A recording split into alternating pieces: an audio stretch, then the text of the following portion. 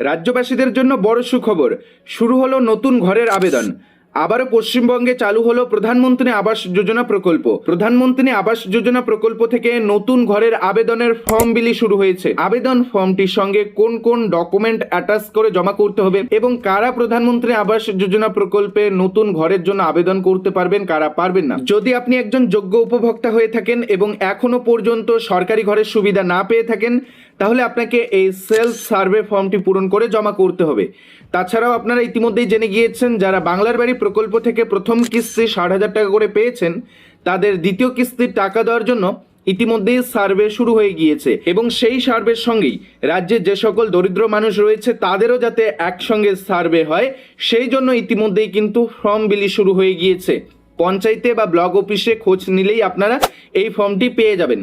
ফর্মটিতে কি বলা হয়েছে, কিভাবে আবেদন করবেন আর আবেদন করার সময় কোন কোন ডকুমেন্ট দিতে হবে, সমস্ত কিছু জানতে ভিডিওটি সম্পূর্ণ দেখুন।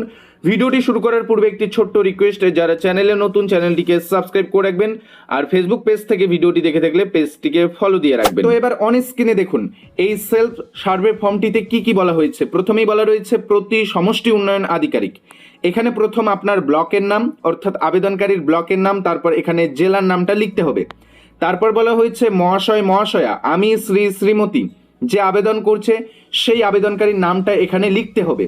তারপরে পিতা বা স্বামীর নাম, এখানে আপনার পিতা বা স্বামীর নাম লিখে দেবেন। গ্রাম পঞ্চায়েতের নামটা এখানে লিখে দেবেন। গ্রামের স্থায়ী বাসিন্দা, আমি বর্তমানে একটি কাঁচা অস্থায়ী অর্ধপাকা পাকা বাসস্থানে থাকি, যেটি হবে সেটির উপর টিক করে দেবেন। আমাকে প্রধানমন্ত্রী আবাস যোজনার সমীক্ষাতে অন্তর্ভুক্ত করার জন্য অনুরোধ করছি।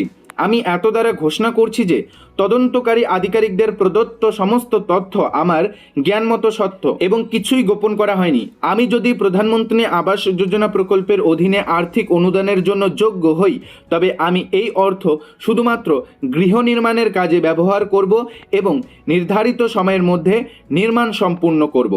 যদি আমি এই অর্থ অন্য কাজে ব্যবহার করি বা আমার দেওয়া কোনো তথ্যে যদি ভুল প্রমাণিত হয়, আমি জানি যে আমাকে এই অর্থ সরকারকে ফিরিয়ে দিতে হবে এবং আমার বিরুদ্ধে উপযুক্ত আইনত ব্যবস্থা নেওয়া হবে। তারপর নিচে দেখবেন আধার প্রমাণের জন্য আপনাকে সম্মতি দিতে হবে।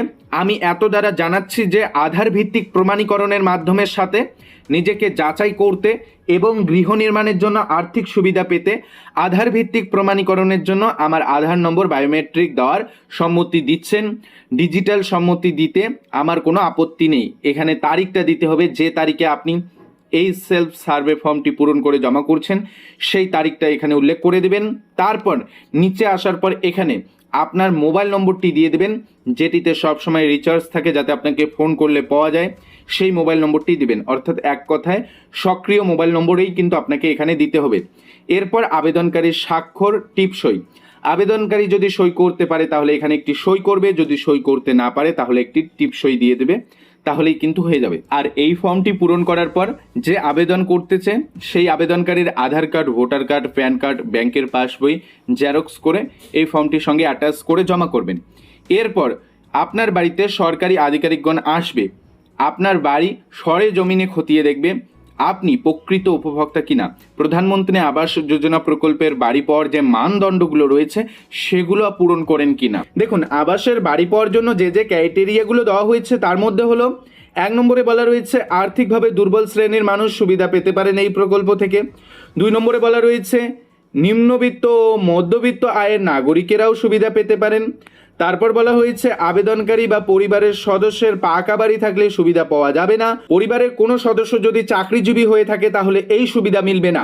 তারপর বলা রয়েছে নির্ধারিত আয়ের সীমা অতিক্রম করলে আবেদন গ্রহণ করা হবে না। এই আয়ের সীমাটা আগে 10,000 ছিল, এখন সেটাকে বাড়িয়ে 15,000 টাকা করা হয়েছে। অর্থাৎ পরিবারের সদস্যের আয় যদি মাসে 15,000 টাকার উপরে হয় তাহলে কিন্তু আবেদন করতে পারবেন না।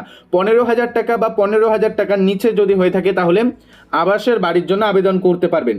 তাছাড়াও নিয়মে আরও কিছু শিথিল করা হয়েছে, যেমন আগে বাড়িতে ল্যান্ডলাইন ফোন, ফ্রিজ থেকে শুরু করে 2 চাকার মোটরসাইকেল থাকলে আগে আবেদন করা যেত না, এখন কিন্তু আবেদন করা যাবে। বেশ কিছু নিয়মে শিথিল আনা হয়েছে। তাই যদি আপনি মনে করেন যে আপনি একজন যোগ্য উপভোক্তা, আপনার একটি বাড়ির প্রয়োজন, সরকারি বাড়ির প্রয়োজন, তাহলে পঞ্চায়েতে গিয়ে বা ব্লকে গিয়ে সেলফ সার্ভে ফর্মটি পূরণ করে জমা করুন। এরপর সরকারি আধিকারিকগণ আপনার বাড়িতে ভিজিট করবে, সরেজমিনে খতিয়ে দেখার পর আপনার নামটি যদি লিস্টে ওঠে, তাহলে কিন্তু আপনি পরবর্তীতে প্রধানমন্ত্রী আবাস যোজনা প্রকল্পের আওতায় ঘরের জন্য টাকা পাবেন এবং সেই টাকা দিয়ে আপনি বাড়ি তৈরি করতে পারবেন। তো আজকের এই ভিডিওতে মূলত আপনাদের এটাই আপডেট জানানো ছিল। ইতিমধ্যেই কিন্তু আপনারা সেলফ সার্ভে ফর্মটি পূরণ করে জমা করতে পারেন যদি আপনি মনে করেন যে আপনি একজন যোগ্য উপভোক্তা।